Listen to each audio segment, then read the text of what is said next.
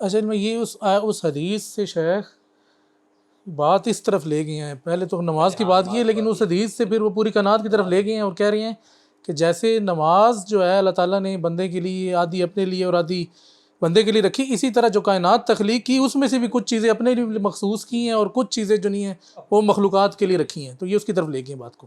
علم کو دیکھنے سے مراد ہے اپنی یعنی ثابتہ کو دیکھا، اپنا ازلی علم دیکھا، تو پھر تکبیر اسے بیان کی، اس نے کہا کہ جو جیسی میری حقیقت تھی حق تعالیٰ نے مجھے ویسے ہی ظہور بخشا، تو اس پر اللہ کی کبریائی بیان کی کہ اس نے اس میں اندر کوئی چینجز نہیں کی، یہ اس سینس میں ہے تکبیر بیان کی۔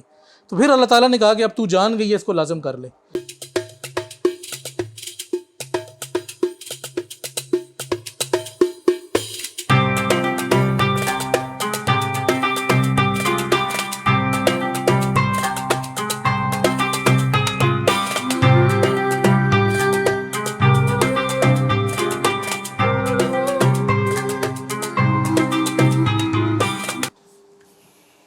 اعوذ باللہ من الشیطان الرجیم، بسم اللہ الرحمن الرحیم۔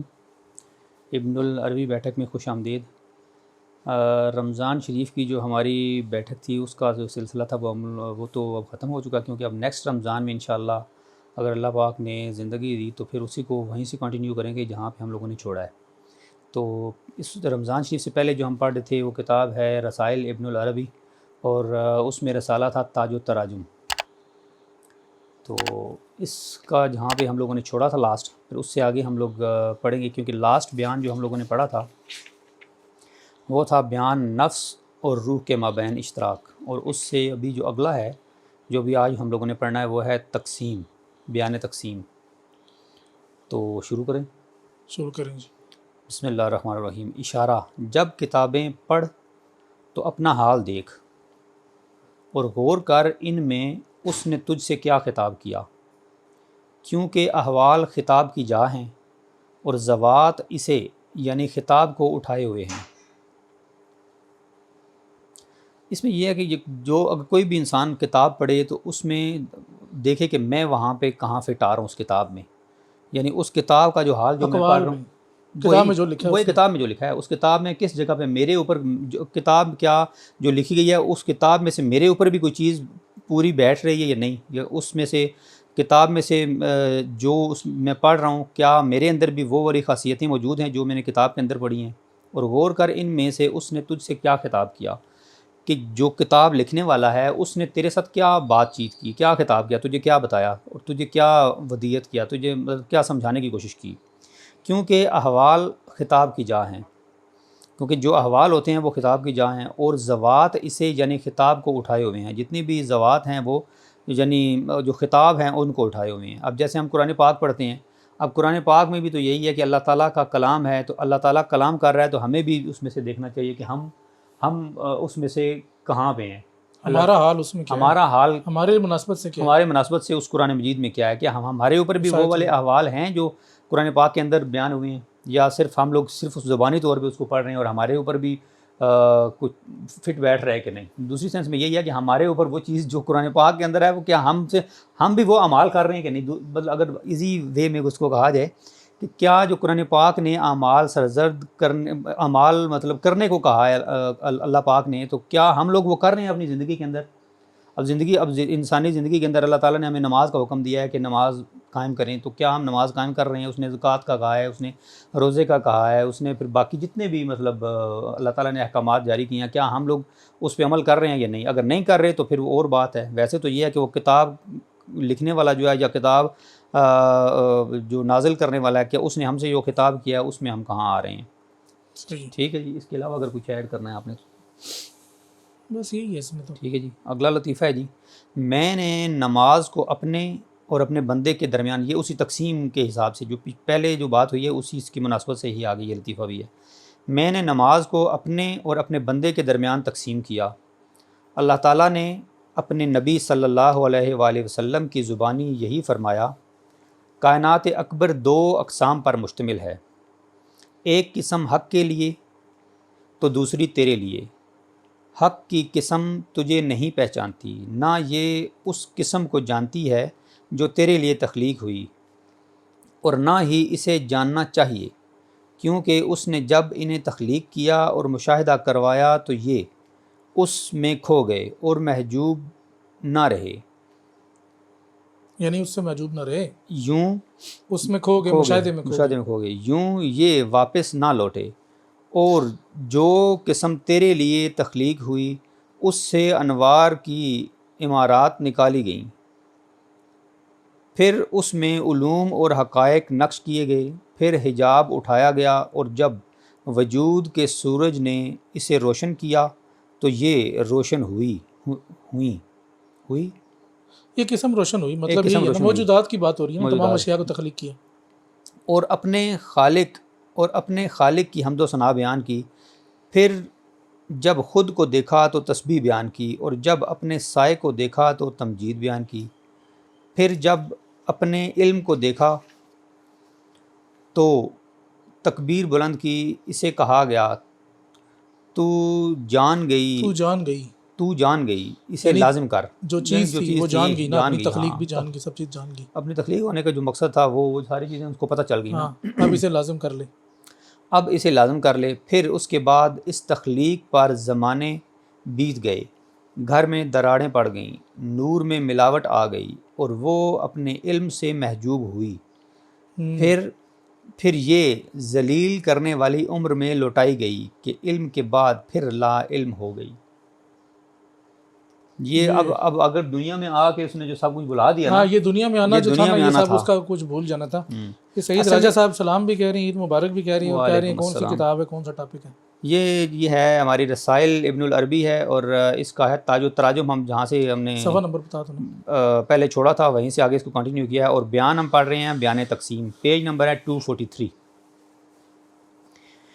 ٹھیک ہے جی۔ اب یہ جو لطیفہ ہم لوگ نے پڑھا ہے، اس میں یہ ہے کہ میں نے نماز کو اپنے اور اپنے بندے کے درمیان تقسیم کیا، جیسے کہ اب اللہ تعالیٰ، یعنی نماز سے مراد یہ ہے کہ اب جیسے سورہ فاتحہ ہے، ابن عربی رحمۃ اللہ علیہ کی کسی کتاب میں ہم لوگوں نے پڑھا ہے، پتہ نہیں وہ مجھے بک کا نام یاد نہیں، حدیث قدسی میں، فتوحات میں، باقی ہاں، کتابوں میں۔ تو وہ یہ ہے کہ اس میں اللہ تعالیٰ نے جو ہے وہ اس میں یہ ہے کہ کچھ چیزیں ہیں جو اللہ تعالیٰ نے آدھی سمجھ لیں کہ سورہ فاتحہ اللہ تعالیٰ کا بندے کے ساتھ ہم کلام ہونا ہے، اور آدھی جو ہے وہ بندے کا اللہ تعالیٰ بندے کا رب سے ہم کلام ہونا ہے، یعنی دونوں اطراف سے ہے یہ، تو یہ اس کی طرف اشارہ تھا نا۔ ہے۔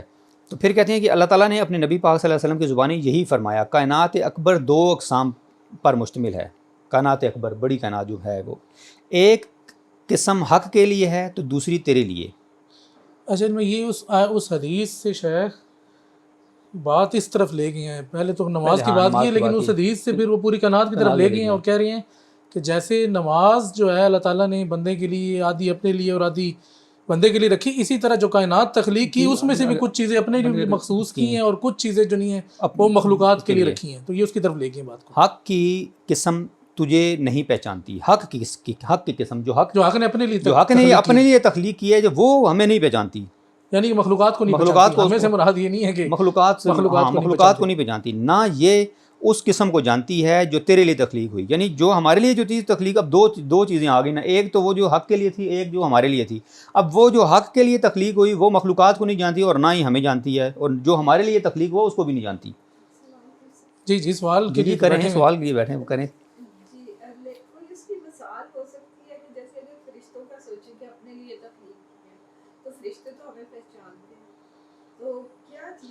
اس میں نہیں، شیخ نے بتائی ہے نا، کچھ ایسے فرشتے ہیں یا کچھ ایسی شخصیات، ہستیاں بھی کہہ سکتی ہیں کہ جن کو آپ کروبیاں کہتے ہیں، فرشتوں کی مطلب مثال ایک آپ نے لفظ سنا ہوگا، تو یہ کروبیوں سے مراد کہتے ہیں یہ حق تعالیٰ کے مشاہدے میں اتنے گم ہیں کہ ان کو اس کے سوا کسی چیز کا ہوش نہیں ہے، ادراک ہی نہیں ہے کہ مخلوق بھی ہے۔ اسی طرح کہتے ہیں کچھ لوگ بھی ہوتے ہیں، کچھ ہستیاں بھی ہوتی ہیں کہ وہ اس حد تک حق تعالیٰ جب ان کو اپنے آپ سے مخصوص کر لیتا ہے تو پھر ان کے لیے دنیا کا ہونا نہ ہونا برابر، انہیں خبر نہیں ہوتی کہ واقعی دنیا بھی ایگزسٹ کر رہی ہے نہیں کر رہی۔ یہ مثال اس طرح سے ہے، اور دوسرے وہ اسماء کی مثال لے لیں، اگر تو وہ اگر زیادہ اس کو سمجھنا چاہے نا بندہ، اسماء والی مثال اللہ تعالیٰ نے کچھ اسماء ہیں جو عام عوام کے لیے رکھے ہیں، کچھ ہیں خواص کے لیے، کچھ ہیں جو صرف اپنے لیے، جو صرف اللہ تعالیٰ ہی جانتا ہے۔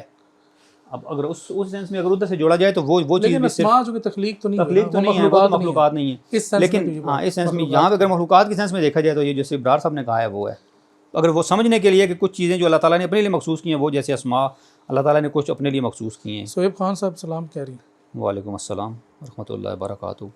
اچھا جی، پھر کیا کہتے ہیں جی آگے؟ حق کی قسم تجھے نہیں پہچانتی۔ ہاں، حق کی قسم تجھے نہیں پہچانتی، نہ یہ اس قسم کو جانتی ہے جو تیرے لیے تخلیق ہوئی، جو ہمارے لیے تخلیق ہوئی اس کو بھی نہیں جانتی، اور نہ ہی اسے جاننا چاہیے.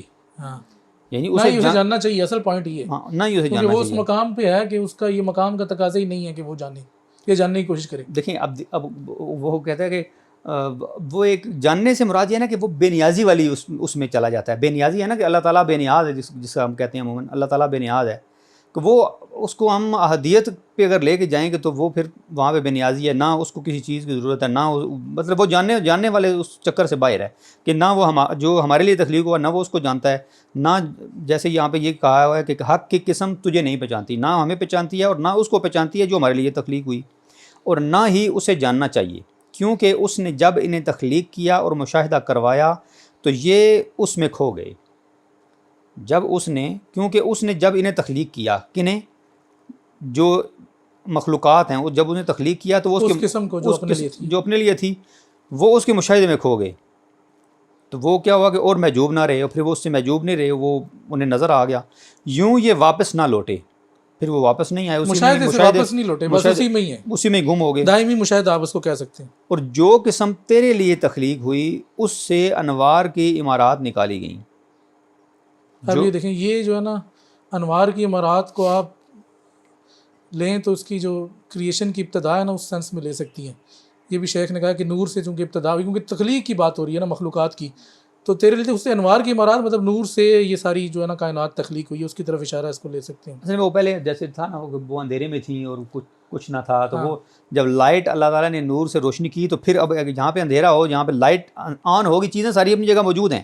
جب لائٹ آن ہوگی تب پتہ لگے گا ہاں یہاں پہ کچھ ہے، اور مجھے خود پتہ چلے گا کہ میرے علاوہ بھی کچھ ہے، نہیں تو میں اکیلا ہی یہاں پہ ہوں یا میرے علاوہ بھی یہاں پہ کوئی ہے. تو یہ اس سینس میں یہاں پہ وہ بتایا جا رہا ہے. تو یہ کہہ رہے ہیں کہ جو قسم تیرے لیے تخلیق ہوئی اس سے انوار کی عمارات نکالی گئیں، اور پھر اس میں علوم اور حقائق نقش کیے گئے. پھر حجاب اٹھایا گیا، اور جب وجود کے سورج نے اسے روشن کیا تو یہ روشن ہوئیں. پھر وجود کے یعنی کہ پہلے وجود سے پہلے والی حالت ہے، اور اس کے بعد پھر وجود دیا. اس کو سورج سے صرف تشبیہ دی ہے کہ جس طرح سورج ہر چیز کو روشن کر دیتا ہے، اسی طرح وجود سے یہ جو جتنی مخلوقات تھی روشن ہوگی، ظاہر ہوگی. پہلے ظاہر نہیں تھی نا، پہلے عدم میں تھی. یہ اس کی طرف اشارہ ہے. اور اپنے خالق کی حمد و ثنا بیان کی. اور پھر جب خود کو دیکھا تو تسبیح بیان کی. جب اپنا آپ کو دیکھا کہ ہاں ہم بھی ہیں جی. اب باقی چیزیں تو نظر آئیں، دوسروں کو تو دیکھ رہے، لیکن اپنے کو آپ کو جب دیکھا تو پھر اس کی مطلب تسبیح بیان کی اللہ تعالیٰ کی. اور جب اپنے سائے کو دیکھا تو تمجید بیان کی. یہاں سے یہ، اور جب اپنے سائے کو دیکھا تو تمجید بیان کی. عربی میں دیکھ لوں پہلے اس کا وہی تحمید، حمد. یہ تو پہلا تو ہو گیا نا کہ تحمید بیان کی، جب اس کے اوپر سورج ڈلا روشن ہوئی تو پھر اس نے تحمید یعنی حمد بیان کی، اللہ تعالیٰ کی حمد بیان کی نا کہ اس نے تخلیق کیا. اور جب اپنے سائے کو دیکھا تو تمجید بیان کی. ہاں، پھر اپنے نفس کو دیکھا تو تسبیح بیان کی. تسبیح اس سینس میں بیان کی کہ مطلب شیخ کے نزدیک جو تسبیح کا تصور ہے، تسبیح کا مطلب ہوتا ہے کسی ذات کو پاک کرنا، تنزیہ اور تسبیح، اس کی مطلب ایسی حمد کرنا کہ اس سے نقائص کو دور کرنا، یہ اس کی طرف آتا ہے. تو شیخ کا جو اس میں تصور ہے نا وہ ڈیفرنٹ ہے تسبیح کے والے سے. صوفیاء کا اوورآل جنرلی ڈیفرنٹ ہے. وہ یہ کہتے ہیں کہ ہر بندہ یعنی کہ حق تعالیٰ کی کوئی تسبیح اور تنزیہ نہیں کر سکتا. تنزیہ سے مراد یہ ہے کہ ہم پہلے یہ تصور کریں کہ جی اس کے اندر یہ خامیاں ہیں، اور پھر اپنی عقل کے مطابق اس کو اس خامیوں سے مبرہ قرار دے دیں. تو چونکہ اس کے اندر تو خامیاں ہیں ہی نہیں، تو وہ تو ازل سے ہی کامل ہے. تو اس وجہ سے تسبیح کرنے والا اپنی ہی تسبیح بیان کرتا ہے کہ اپنے سے وہ خامیاں نکالنے کی کوشش کرتا ہے.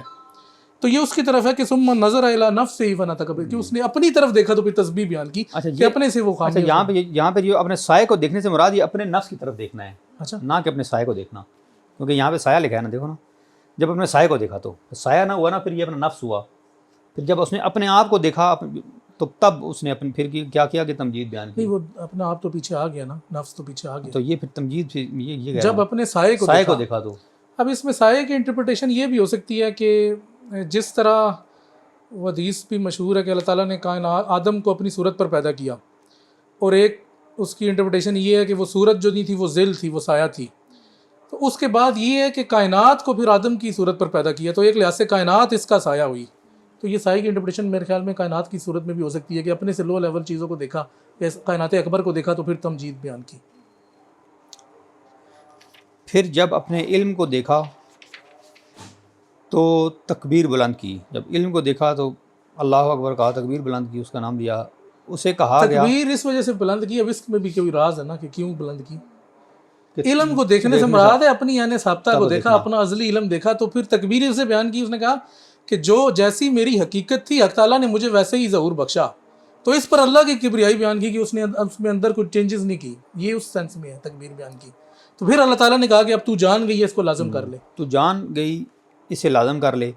پھر اس کے بعد اس تخلیق پر زمانے بیت گئے، پھر وہ تخلیق ہوئی، دنیا میں آ گیا، پھر اس پہ بہت زیادہ زمانے بیت گئے، گھر میں دراڑیں پڑ گئیں. جیسے پرانا گھر ہوتا ہے تو گھر میں وہ اس طرح وہ ٹوٹ پھوٹ ہو جاتی ہے. نور میں ملاوٹ آ گئی، تو ظاہر سی بات ہے دنیا میں آیا، اس میں نفس بھی شامل ہو گیا، نفس نے اپنے جو اعمال تھے وہ بھی کیے، کوئی سرزد ہوئے، وہ اچھے برے سب، تو ملاوٹ آ گئی اور اپنے علم سے محجوب ہوئی. تو جو علم ازلی تھا نا اس سے محجوب ہو گئی. پھر وہ ذلیل کرنے والی عمر میں لوٹائی گئی کہ علم کے بعد پھر لا علمی ہو گئی. اب یہ بڑھاپے کی طرف اشارہ ہے کہ جب وہ، یہ تو ظاہری بڑھاپے کی طرف اشارہ ہے نا. تو یہ جو پچھلے سارے باطنی اشارات ہیں، گھر میں دراڑیں پڑ گئی سے مراد یہ ہے کہ جب تخلیق ہوئی تھی تو جو کیفیت وہ تھی، ابھی چونکہ اتنا زمانہ گزر گیا، پھر نور کی وہ کیفیت نہیں رہی. پہلے وہ پیور نور تھا، پھر اب وہ مادے میں کنورٹ ہو گیا، اس میں ملاوٹ ایک صورت سینس میں آ گئی. وہ اس لحاظ سے طبیعت، جب عالم طبیعہ میں آئی نا، تو طبیعہ میں جو ملاوٹیں ہیں وہ ساری بھی اس کے ساتھ شامل ہوگی نا. جب ملاوٹیں شامل ہوئی تو نور ایک پیور نہ رہا، پھر نور پیور نہ رہا تو اس کے ساتھ علم جو حاصل تھا اس نور کے، وہ بھی حجاب میں آ گئی. اس کو ادراک ہی نہیں ہے کہ اب جس طرح وہ ہے الستو بربکم، اس عالم میں کہا تو سب نے کہا کہ جی تو ہمارا رب ہے، لیکن نیچے آ کے تو سب نہیں کہتے کہ تمہارا رب ہے. تو یہ نور میں ملاوٹ کی طرف اشارہ. تو باقی تو وہی والی آیت ہے کہ جو بڑھاپے کی آیت ہے، لیکن قرآن شیخ بڑھاپے کی آیت کو استعارے کے طور پر یہ لائے ہیں کہ آپ دنیا میں آئے ہیں تو یہ آپ کا سمجھ لیں وہ وقت گزر گیا ہے، تو وہ آپ بوڑھے ہو گئے ہیں تو آپ کو وہ چیزیں یاد نہیں رہی، تو یہ آپ کی ارذل العمر ہے، یعنی کہ جو سب سے گھٹیا عمر کہہ لو یا جو بھی کہہ لو، اس کا لفظ ترجمہ کریں ذلیل والی عمر کہہ لو. تو یہ صرف ایک استعارے کے طور پہ لائے ہیں یہ چیزیں. تو یہ میرے خیال میں ختم ہو گیا پہلا. سوال ہے کوئی؟ یہ ریاست صاحب سلام کہہ رہے ہیں، راجہ خضر صاحب سلام کہہ رہے ہیں، اور سعید شاہ صاحب آ گئے ہیں، سبحان اللہ کہہ رہے ہیں. وعلیکم السلام ورحمۃ اللہ وبرکاتہ. اچھا جی، اگلا بیان پڑھیں یا رکیں تھوڑی دیر؟ میرے خیال میں رک جاتے ہیں. کسی بندے کا کوئی سوال ہے تو کر لیتے ہیں، اس کے بعد کسی دوست کا کوئی سوال ہے جی تو یہ بیان تقسیم ہم لوگوں نے پڑھا. اگر کسی دوست کا کوئی سوال ہے تو وہ کریں. 1 منٹ کا وقفہ. 1 آدھ منٹ کا وقفہ ہے تو وہ اس کو بند کرنا ہے وہاں سے. میں کرتا ہوں.